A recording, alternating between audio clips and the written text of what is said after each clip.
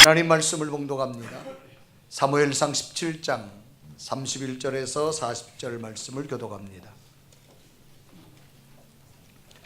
어떤 사람이 다윗이 한 말을 듣고 그것을 사울에게 전하였으므로 사울이 다윗을 부른지라.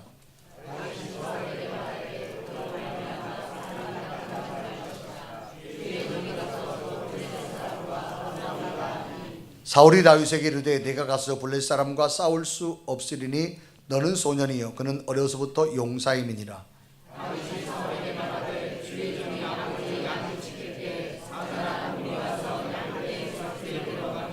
내가 따라가서 그것을 치고 그 입에서 새끼를 건져내었고 그것이 일어나 나를 해하고자 하면 내가 그 수염을 잡고 그것을 쳐 죽였나이다.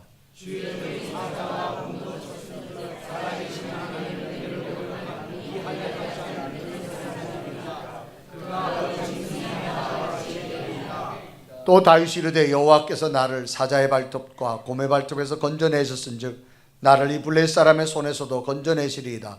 사울이 다윗에게 이르되 가라, 여호와께서 너와 함께 계시기를 원하노라.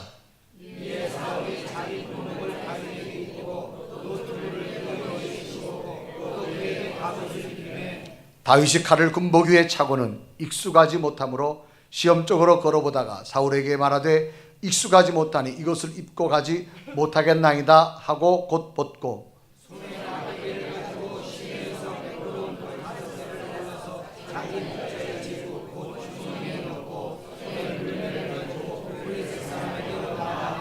아멘. 오늘 예배는 여러분에게 주의 평강과 기쁨이 함께하기를 주님의 이름으로 축원합니다. 우리 옆에 분 인사합시다. 한 주간 동안 평안하셨습니까? 대덕인 줄 아십시오.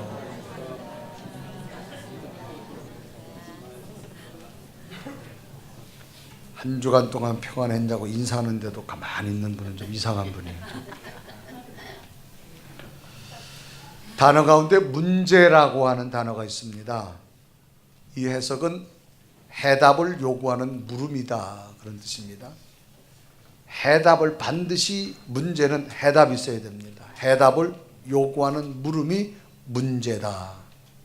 그래서 학생들에게는 학년에 맞는 각 과목의 실력을 테스트하는 시험 문제가 있습니다. 그래서 해답을 요구하는 문제에 대해서 분명한 해답을 써야만 그 학생들은 그 시험을 잘 패스할 수 있게 되어지지요. 인터넷상에 이렇게 많이 떠도는 내용 가운데 선생님이 채점하다가 졸도시킨 시험 답안지들이 인터넷상에 많이 떠돌더라고요. 그 중에 하나가 뭔가 하면 동네 중학교의 가정시험인데요. 문제가 이렇습니다. 찐 달걀을 먹을 때는 무엇을 치며 먹어야 한다라고 하는 문제예요. 정답이 뭐지요? 소금을 쳐서 먹어야 된다라고 하는 건데 학생은 뭐라 답을 썼느냐? 학생은 이렇게 썼어요. 찐 달걀을 먹을 때는 가슴을 치며 먹어야 한다. 아마 목이 마른 모양이야. 그러니까 가슴을 치면서 먹어야 된다. 두 번째는 금사초등학교 체육시험 문제인데요. 문제가 이거입니다. 올림픽의 운동 종목에는 무엇이 가 있다 그런 건데 정답은 뭐 육상, 수영, 체조, 권투 뭐 여러 가지 많이 있겠죠. 근데 학생의 정답은 뭐냐? 올림픽 종목에는 여러 가지가 있다. 정답이죠. 여러 가지가 있으니까. 또 거제중학교 초등학교 자연시험이에요. 문제가 개미를 세 등분하면 곤충에 관한 모양이야. 그러니까 무엇. 그러니까 정답은 뭐냐? 머리, 가슴, 다리 뭐 이렇게 구분해야 되는데 학생의 정답은 개미를 세 등분하면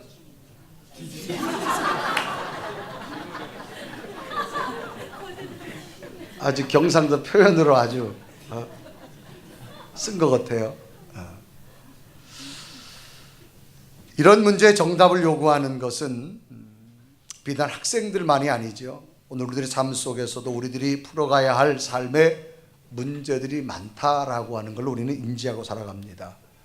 개인의 문제도 있고 또 가정의 문제도 있고 사회적인 문제, 또 국가적인 문제도 반드시 있음을 봅니다.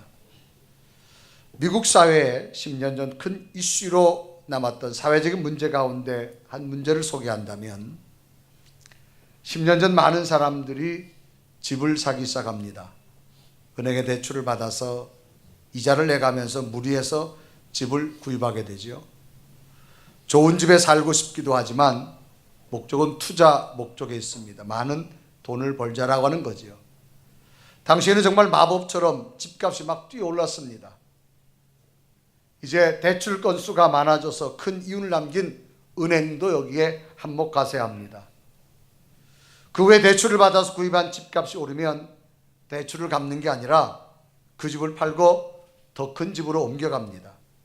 그리고 더 많은 대출을 받게 되지요. 거기에는 더 큰 이윤을 생각하고 있기 때문입니다. 그 집을 팔고 더 큰 집으로 옮겨가면서, 그런데 언제까지나 이런 축제가 계속될 수 있을까라고 하는 겁니다. 이러한 축제는 집값이 계속 상승하는 기간에까지만 허락합니다. 어느 날 불꽃놀이는 끝나고 집값이 하락하기 시작하지요. 그러자 이제는 모든 상황이 거꾸로 돌아갑니다. 집값은 바닥 모르고 추락하고 원금보다 더 떨어지는 현상이 되어졌습니다. 부풀었던 거품은 한순간에 꺼져버리고 나니 삶의 모든 문제와 오히려 이제 고통이 따르기 시작합니다. 엄청난 고통이 사회와 가정과 국가에 찾아오지요.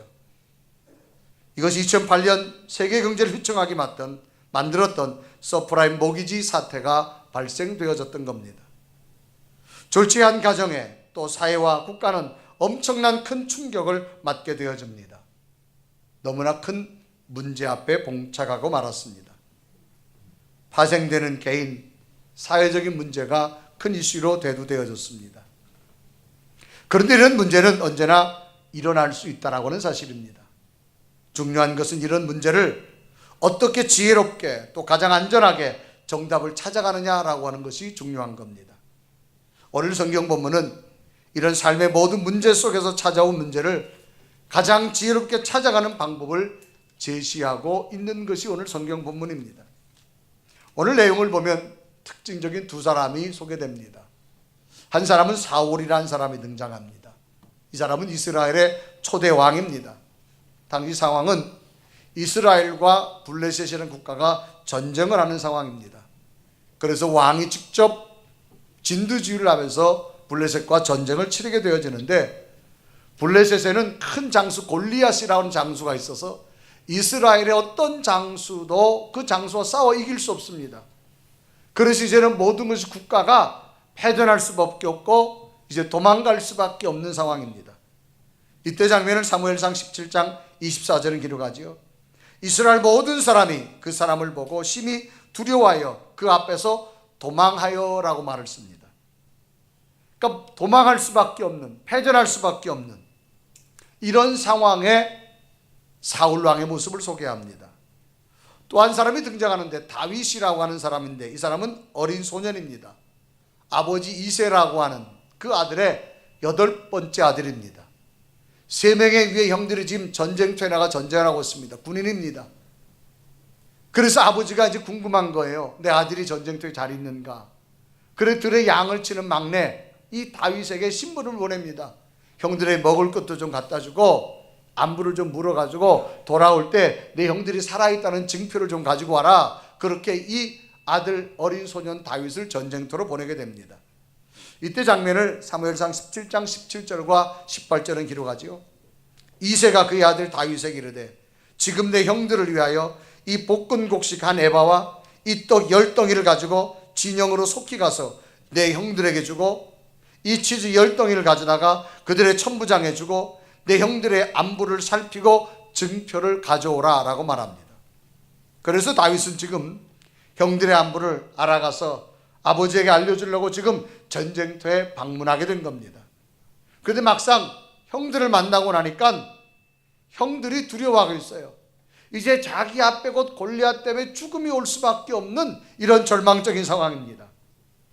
또 당시 전쟁을 진두지휘하는 왕도 이제 도망가려고 하고 있습니다. 이 절망하고 있는 현실의 문제 앞에 큰 좌절과 실망을 느끼게 되지요. 한 국가에 찾아온 절망의 문제, 또 다윗의 가정에 이제 형들이 전쟁터에 왔는데 형들이 다 죽게 생겼습니다. 그러니까 한 가정에 세 아들이 전쟁터에 왔는데 죽게 된 상황이다 보니까 이 가정에 찾아온 위기, 이 문제를 과연 어떻게 풀어갈 것인가라고 하는 겁니다. 당시 현실적으로 찾아온 문제는 그 누구도 풀 수 없는 아주 절망적인 상황입니다.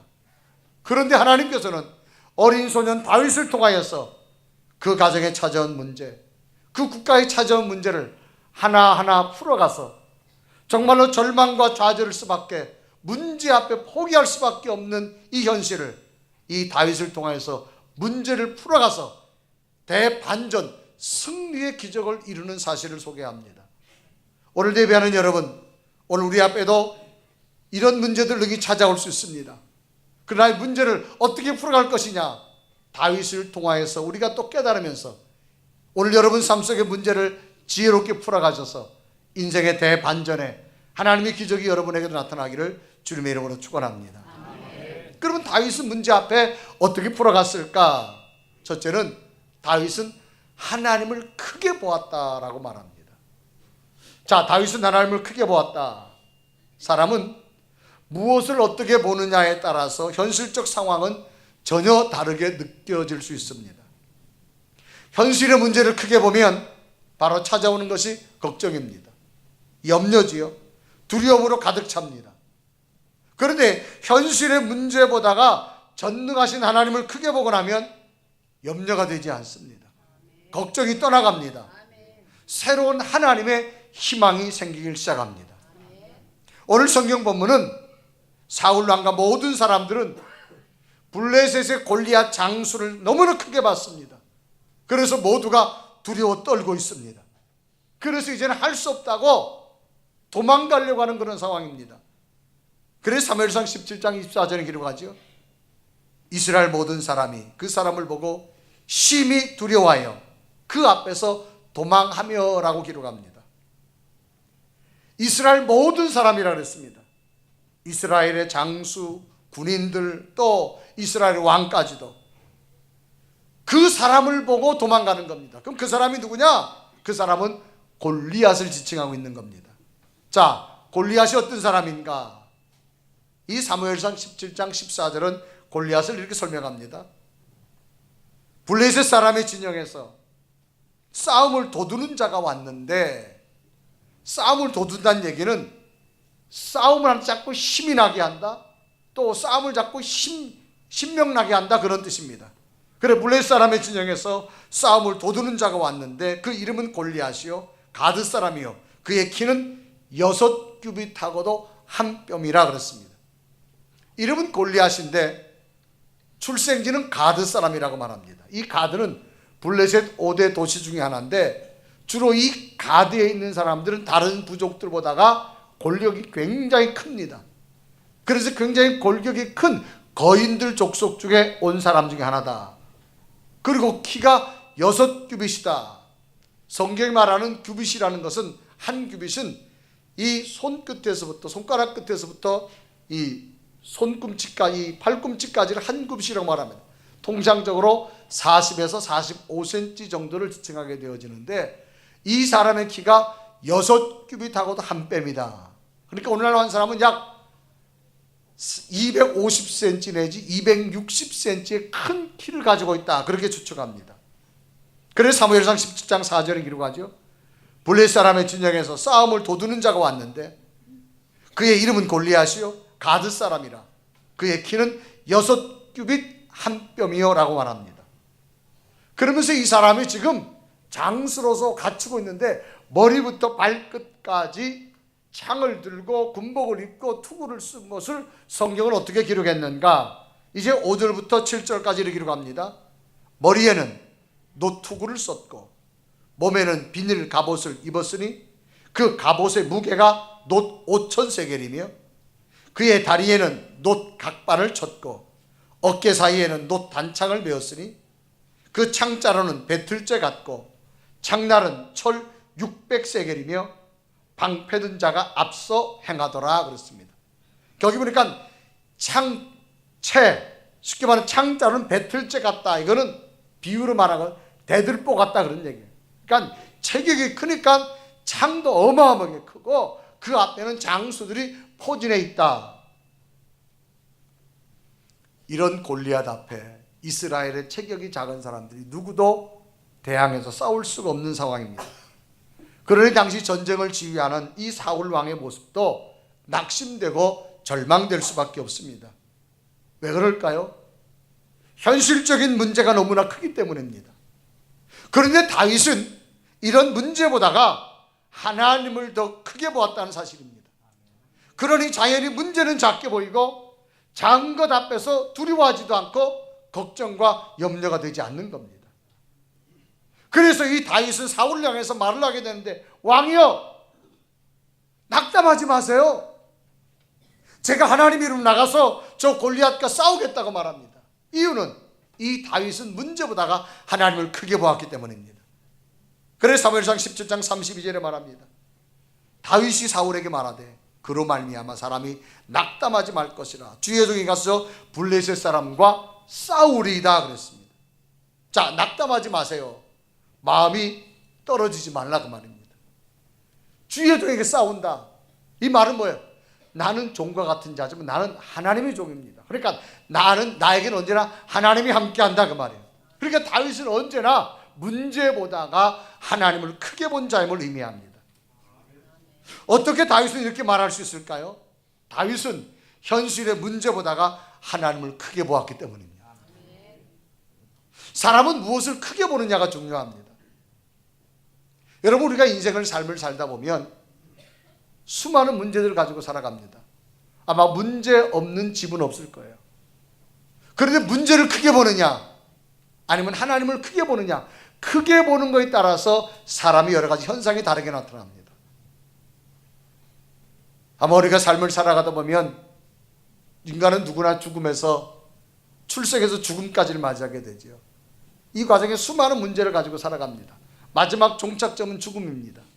그런데 죽음이 내게 얼마 남지 않았다라고 하는 걸 느끼게 되면 지금까지 내게 찾아오는 모든 문제들이 작게 보입니다. 왜? 죽음이라 문제가 더 크기 때문에. 사람은 무엇을 크게 보느냐가 중요합니다. 똑같은 현실인데 다윗은 문제를 크게 본 것이 아니라 하나님을 크게 보았습니다. 여러분, 오늘 우리의 삶 속에 가장 중요한 것은, 문제는 누구나 있을 수 있습니다. 하나님을 크게 보시길 바랍니다. 다윗은 문제보다 하나님을 크게 보고 나니까 인생의 대반전을 이룰 수가 있었어요. 그런데 사울은 문제를 더 크게 봤습니다. 그러니까 싸우겠다고 나가는 다윗 보고 너는 싸울 수 없다라고 말합니다. 그래서 사무엘상 17장 33절에 말하죠. 사울이 다윗에게 이르되 내가 가서 저 블레셋 사람과 싸울 수 없으리니 너는 소년이요 그는 어려서부터 용사임이니라. 너는 소년이기 때문에 패할 수밖에 없고 저 골리앗은 어려서부터 용사라 그렇게 말합니다. 왜 그럴까요? 사울은 문제인 골리앗을 크게 보았기 때문입니다. 자, 믿음은 무엇인가? 하나님을 크게 보고 그 하나님을 크게 믿는 겁니다. 이게 믿음입니다. 그래서 기적은요, 반드시 수반되는 게 있는 건데 믿음을 통하여 역사하는 겁니다. 그래서 성경에서 수많은 기적의 사건이 나올 때 주님께서 요구하는 한 가지가 있습니다. 뭐냐? 내 믿음을 보여달라는 겁니다. 내 믿음대로 될지어다. 그래서 마가복음 10장에 보면 한 사람이 소개되는데 여리고라는 동네가 나옵니다. 이 사람의 이름은 바디메오입니다. 이 사람은 거지였어요. 왜 거지냐? 앞을 못 보는 시각장애인입니다. 앞을 보지 못하다 보니까 자동적으로 일을 할 수 없으니까 수입이 없어요. 그러니까 남을 구걸할 수밖에 없습니다. 근데 시각장애인의 특징이 뭐냐? 앞은 안 보이는데 청각이 발달됐어요. 그래서 날 자기 마을 앞에 사람들이 지나가는데 구걸하고 있는데 누군가가 사람이 지나가면 이야기를 하는데 무슨 이야기를 하는가 하면 예수님에 관한 이야기를 하는 거예요. 근데 놀라운 것은 그 예수님의 이야기를 들으면 들을수록 자기 속에 걱정이 막 사라지는 거예요. 염려가 떠나가고 어둠이 막 물러가는 거예요. 그래서 이분이 점점점 예수님에 관한 이야기를 귀담아 듣기 시작합니다. 그러다 마음속에 어떤 마음이 생기느냐, 그분이 도대체 누군가 한번 만나보고 싶은 거예요. 사모하는 마음이 생겼어요.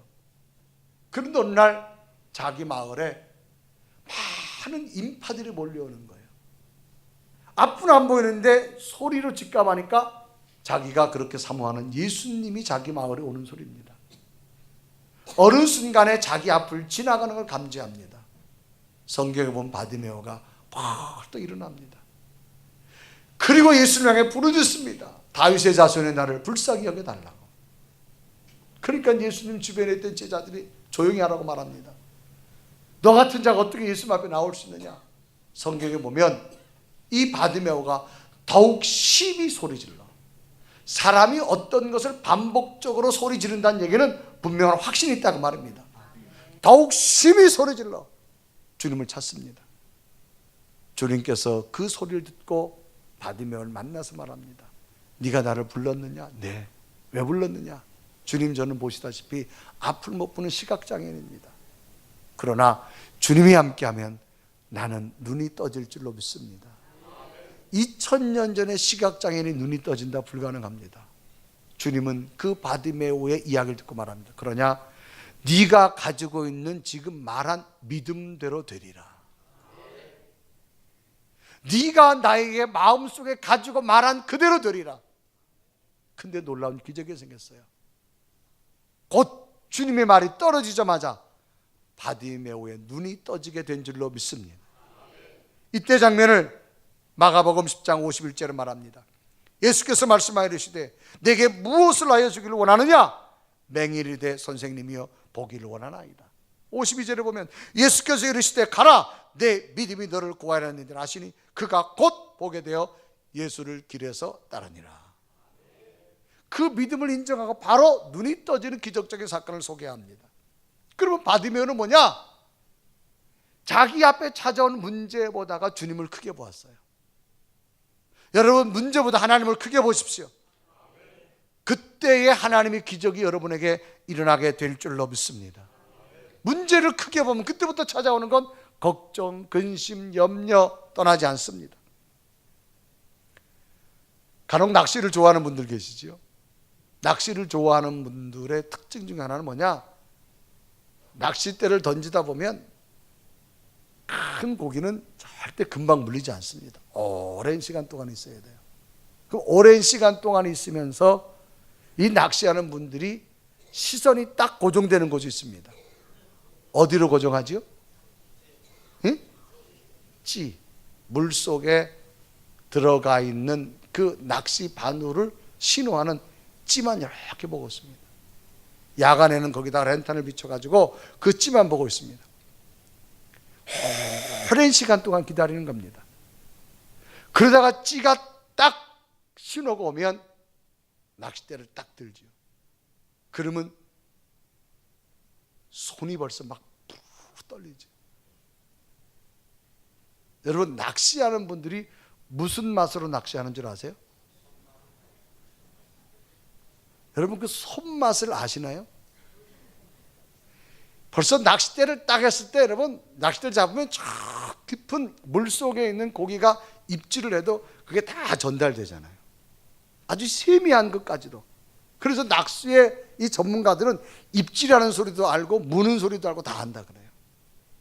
그래서 여러분, 그 찌를 바라보고 오랜 시간 동안 찌를 바라보다 보면 찌가 크게 보이잖아요. 다른 건 안 보이는 거예요. 찌만 보이는 거예요.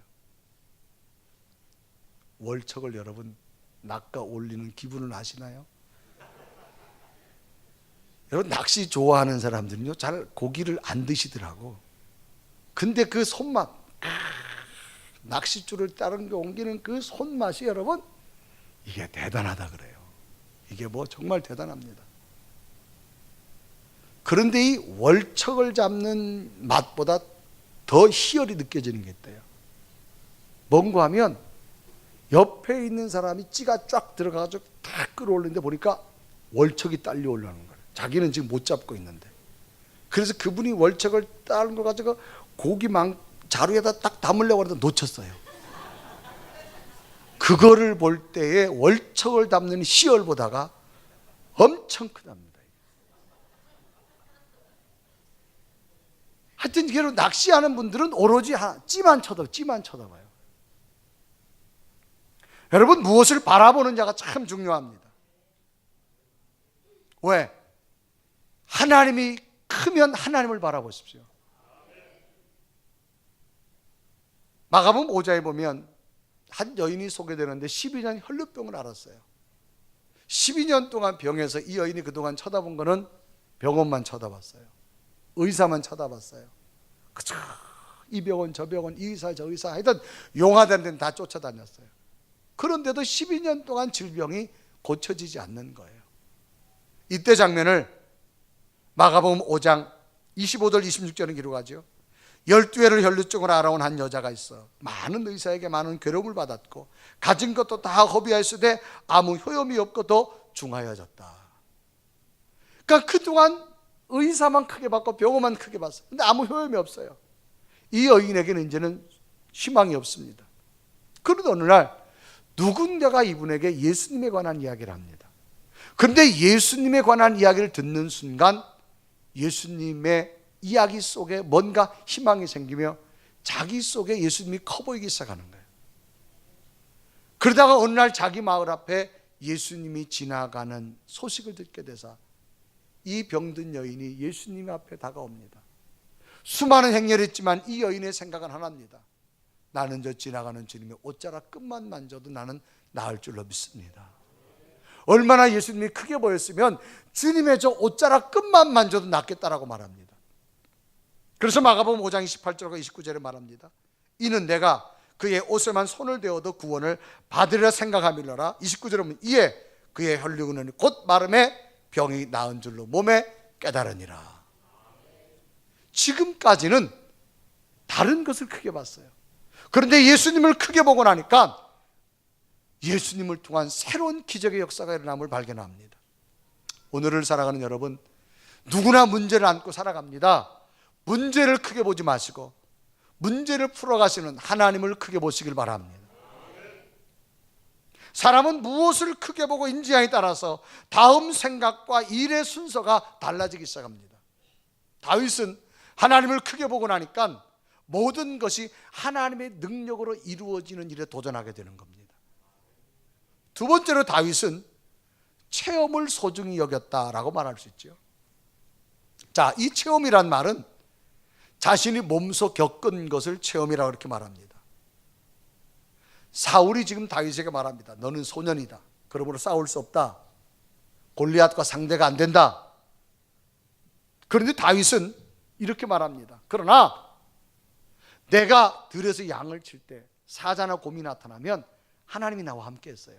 그래서 사자도 물리치고 곰도 물리쳤어요. 그러니까 저 골리앗도 나는 약하지만 하나님이 함께함으로 나는 이길 줄로 믿습니다. 그러면서 자기가 지금까지 겪어온 체험 이야기를 지금 하고 있습니다. 그래서 사무엘상 17장 34절 35절은 말합니다. 다윗이 사울에게 말하되 주의 종이 아버지 양을 지킬 때 사자나 곰이 와서 양떼에서 새끼를 물어가면 내가 따라가서 그것을 치고 그 입에서 새끼를 건져내었고 그것이 일어나 나를 해하고자 하면 내가 그 수염을 잡고 그것을 쳐 죽였나이다. 그러니까 지금까지 하나님의 도우심으로 이런 일들을 했을 체험을 말합니다. 신앙의 힘은 뭐냐? 체험의 능력이고 체험의 힘입니다. 신앙은 이론이 아닙니다. 논리가 아닙니다. 내가 만난 하나님, 내게 함께 하신 하나님, 내 기도 속에 응답하신 하나님, 내 삶 속에 함께 하셨던 하나님을 체험하는 능력이 신앙의 힘입니다. 여러분, 체험을 날마다 붙들으시는 믿음이 되길 바랍니다. 최근에 이 체험의 대표적인 한 사람을 소개한다면 이어령 교수라는 분이 있습니다. 전 문화부 장관을 지냈고 한국인의 석학이라고 말할 정도의 사람이죠. 이분이 지난 12일 날 서울 프레스센터에서 강의를 한 적이 있습니다. 주제는 한국교회 영성의 길이 뭐냐 앞으로 주제를 하면서 이분이 이런 말을 합니다. 과학이 발달할수록 영성의 힘은 더 커질 것이다. 그러면서 이분은 굉장히 예수님을 부인한 사람 중에 하나입니다. 그런데 이분이 자기 사랑하는 딸 미나라고 하는 딸을 속에서 하나님의 살아계심을 체험합니다. 그래서 이 딸을 통해서 이 아버지가 하나님을 만나게 되죠. 만나게 되면서 이제는 복음을 전하는 전도자의 모습이 되어집니다. 그래서 이분이 말합니다. 의심과 탐구가 지성을 낳지만 믿음은 인간의 영성을 낳는다. 그래서 그분이 말하기를 지성에서 영성으로라고 하는, 그러니까 인간은 지적인 능력에서 살아가는 것이 아니라 신비한 하나님의 영적 세계가 있음을 분명히 말하면서 지성에서 영성이라고 하는 책에 저술을 하면서 많은 사람에게 영성의 세계를 소개하게 되어짐을 봅니다. 그래서 이분은 말합니다. 영성은 결코 비과학적이고 비지성적인 것이 아니라 체험을 통하여 얻어지는 하나님의 능력이라고 고백합니다. 이분은 이렇게 그 강의에 이야기하더라고요. 영적인 체험이 없는 기독교는 복지단체에 불과하다. 영적 체험의 능력이 없는 기독교는 복지단체와 똑같다는 겁니다. 그러므로 교회의 힘은 영적인 체험입니다. 내가 만난 주님, 내 기도 속에 응답하신 하나님, 오늘 내 예배 속에 나에게 찾아오셔서 나를 만나주시는 그 하나님이 체험되어지기를 바랍니다. 성경의 대표적인 체험의 사람 한 사람을 소개하면 바울이라는 사람이죠. 이 바울의 원래 이름은 사울입니다. 이분은 헬라 철학에 능한 사람입니다. 철학이 원래 분석적이고 사고력적이잖아요. 그러니까 여러분, 비이성적으로 느껴지는 영성의 세계를 믿지 않습니다. 이 사람은 로마 시민권자입니다.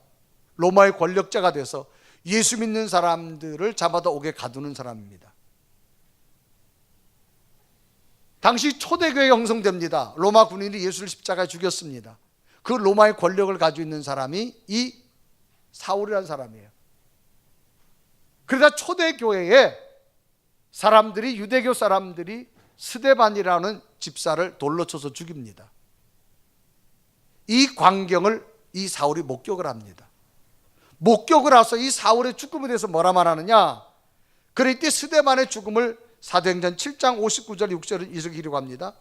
그들이 돌로 스데반을 치니 스데반이 부르짖어 이르되 주 예수여 내 영혼을 받으시옵소서 하고, 60절에 보면 무릎을 꿇고 크게 불러 이르되 주여 이 죄를 그들에게 돌리지 마옵소서, 이 말을 하고 자니라. 이 잔이란 말은 죽었다가 말입니다. 그런데 이 장면을 사울이 봤어요. 사울이 보고 성경은 뭐라 말하느냐, 그가 죽는 건, 예수님 믿다가 죽는 건 당연하다. 예수님 때문에, 예수님 믿어서 돌에 맞아 죽는 건 당연하다. 그래서 사도행전 8장 1절에 이어서 보면 사울은 그가 죽임당함을 마땅히 여기니라. 마땅하게 여겼다고 말입니다. 그런데 이런 사울이 다메섹 도상으로 예수님을 믿는 자들을 잡아가지고 옥에 가두러 가다가 갑자기 하늘로부터 강한 빛을 받습니다. 눈이 멀어집니다. 하늘에서 음성을 듣습니다. 사울아 사울아 네가 나를 왜 핍박하느냐. 극적으로 사울이 예수님을 만나게 됩니다. 그런데 이 사울이 복음을 전하는 전도자가 되어집니다. 있을 수 없는 일이 생겼습니다. 모든 로마와 유대인들이 이 사람을 보고 깜짝깜짝 놀랍니다. 아니 어떻게 사람이 저렇게 변하느냐 그 말이에요. 그래서 사도행전 9장 19절 20절 22절에 보면 말합니다. 사울이 다메섹에 있는 제자들을 며칠을 있을새 즉시로가 회당에서 예수가 하나님의 아들이심을 전파하니, 22절에 보면 사울은 힘을 더 얻어 예수를 그리스도라 증언하여 다메섹에 사는 유대인들을 당혹하게 하니라. 있을 수 없는 일이 생겼습니다. 이게 뭐냐? 체험입니다. 체험. 어떤 이론도 논리가 아닙니다. 예수 그리스도를 만나는 직접적인 체험입니다. 여러분, 우리가 신앙생활하면 지금까지 여러분 삶 속에 많은 체험이 있잖아요. 여러분 그 체험을 붙드시길 바랍니다. 여러분 지금까지 인생의 삶을 살아오면서 힘들고 어려울 때 얼마나 하나님 앞에 기도했어요. 그 기도 순간순간마다 하나님이 응답하셨고 삶의 문제를 풀어주었고 삶의 새로운 방향을 주었고 하나님이 좋은 길로 인도하셨잖아요. 그러면 오늘 여러분 삶에 문제가 왔다 할지라도 하나님을 크게 믿으십시오. 그리고 지금까지 인도한 체험을 붙드세요. 새로운 길이 여러분에게 일어나게 되어질 줄로 믿습니다. 그래서 다윗은 말합니다. 내가 양을 칠 때에 사자나 곰이 나타나면 하나님의 능력으로 나는 이겼습니다. 그러므로 이 골리앗도 하나님의 능력으로 이길 줄로 믿습니다. 왜 여러분 좌절하세요? 절망하세요? 하나님을 크게 보세요. 지금까지 인도하신 하나님, 그 체험 속에 여러분도 또 인도해 주실 줄로 믿습니다. 마지막으로 다윗은 믿음의 자화상이 분명했습니다. 이 자화상이라는 명사 단어인데 그 뜻은 뭐냐? 스스로 그린 자기의 초상화예요. 여러분, 초상화는 뭐예요? 실물이나 사진을 보고 그대로 그려지는 거예요. 이 자화상은 스스로 자기의 그리는 초상화를 자화상이라고 말합니다. 그러면 다윗은 믿음의 자화상이 분명했다. 사람은 마음속으로 그림을 그리기 시작합니다. 어떤 그림을 그리냐에 따라서 결과가 달라지기 때문입니다. 다윗은 하나님을 크게 보았어요. 그리고 지금까지 인도하신 하나님을 믿었어요.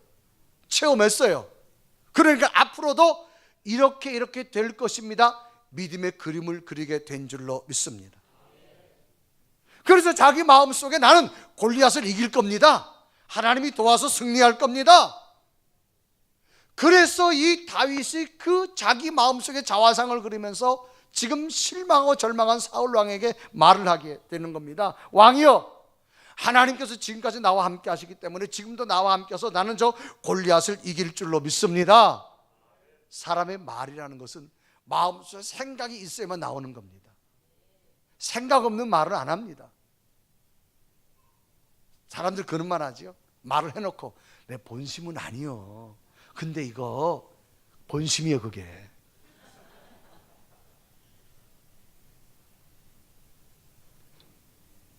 제가 목회를 하다 보면 많은 사람들을 만나면서 이야기를 하다 보면요, 어떤 분들은 목사님, 제 생각은 아닌데요, 누가요 이렇게 얘기합니다.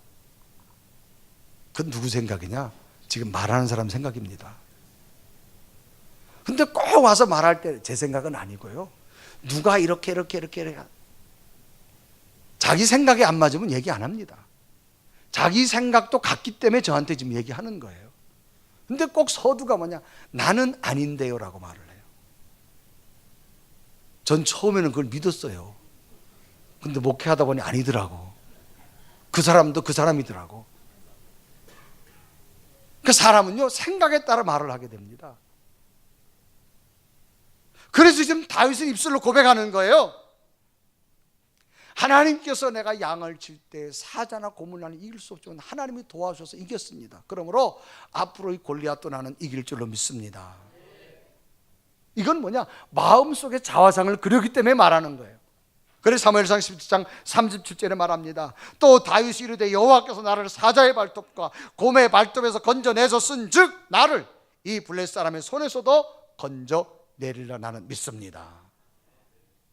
그러자 사울이 말하죠. 그러냐?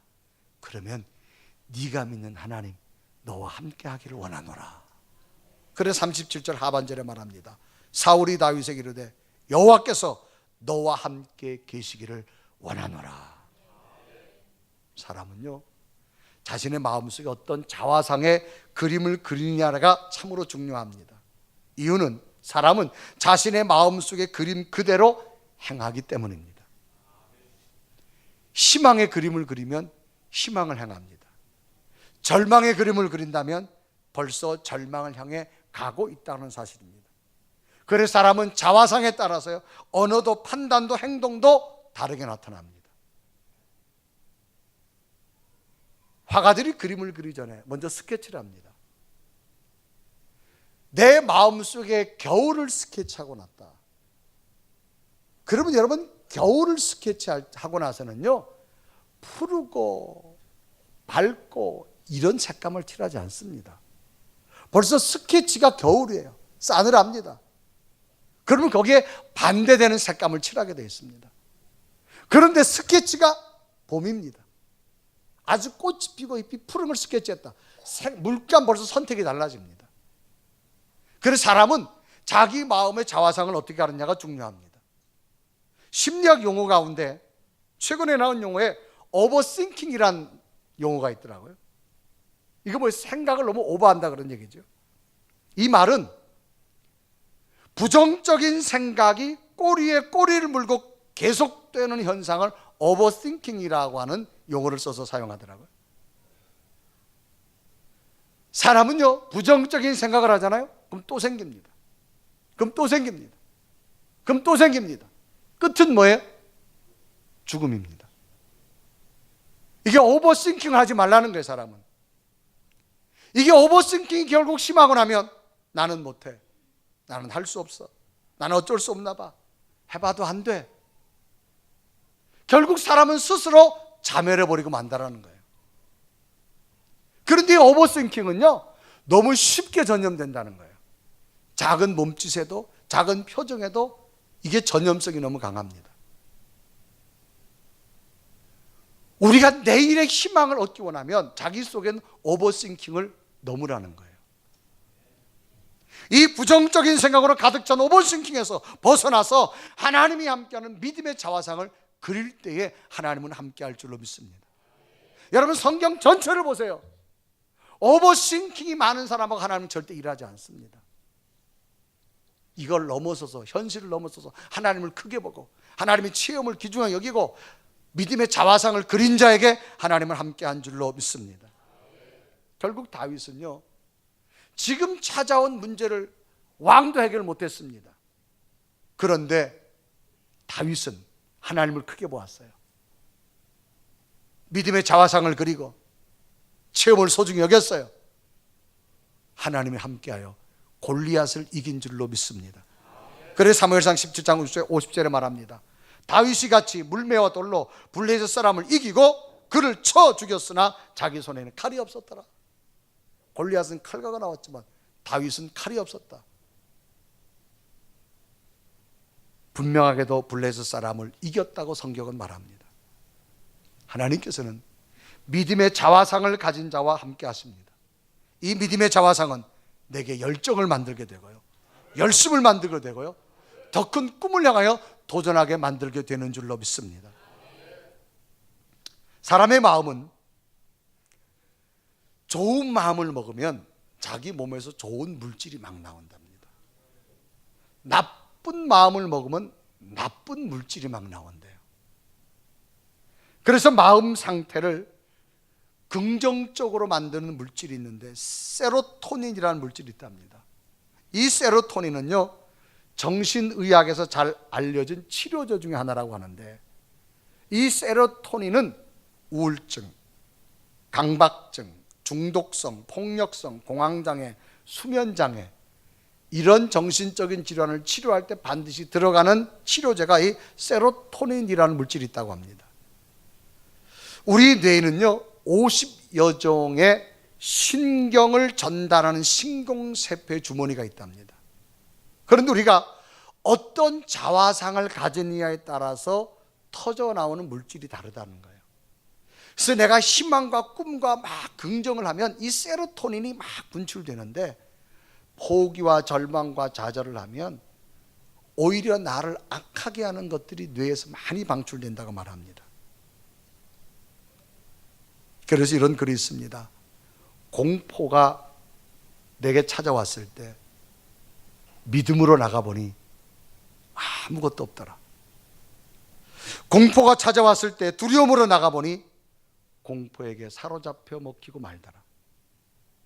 공포가 아무리 무서워도 믿음 앞에서는 물러가더라. 불이 아무리 무서워도 물 앞에서는 꼼짝 못하듯 환난과 공포가 올 때 하나님 안에서 믿음의 자화상을 가지고 나가면 승리할 줄로 믿습니다. 헨리 포셋이라고 하는 영국 사람입니다. 이분은 세계 장애인 인물사라고 하는 책에도 기록하게 되어진 사람인데요, 이분은요 20살 때 아버지와 함께 사냥을 갔습니다. 아버지가 사냥을 하다가 실수로 총을 쏘게 되는데 아들이 맞았어요. 그래서 실명을 하게 됩니다. 이 20살 된 아들이 아버지와 함께 사냥을 하러 갔다 실명하고 되니 그에게는 희망이 없지요.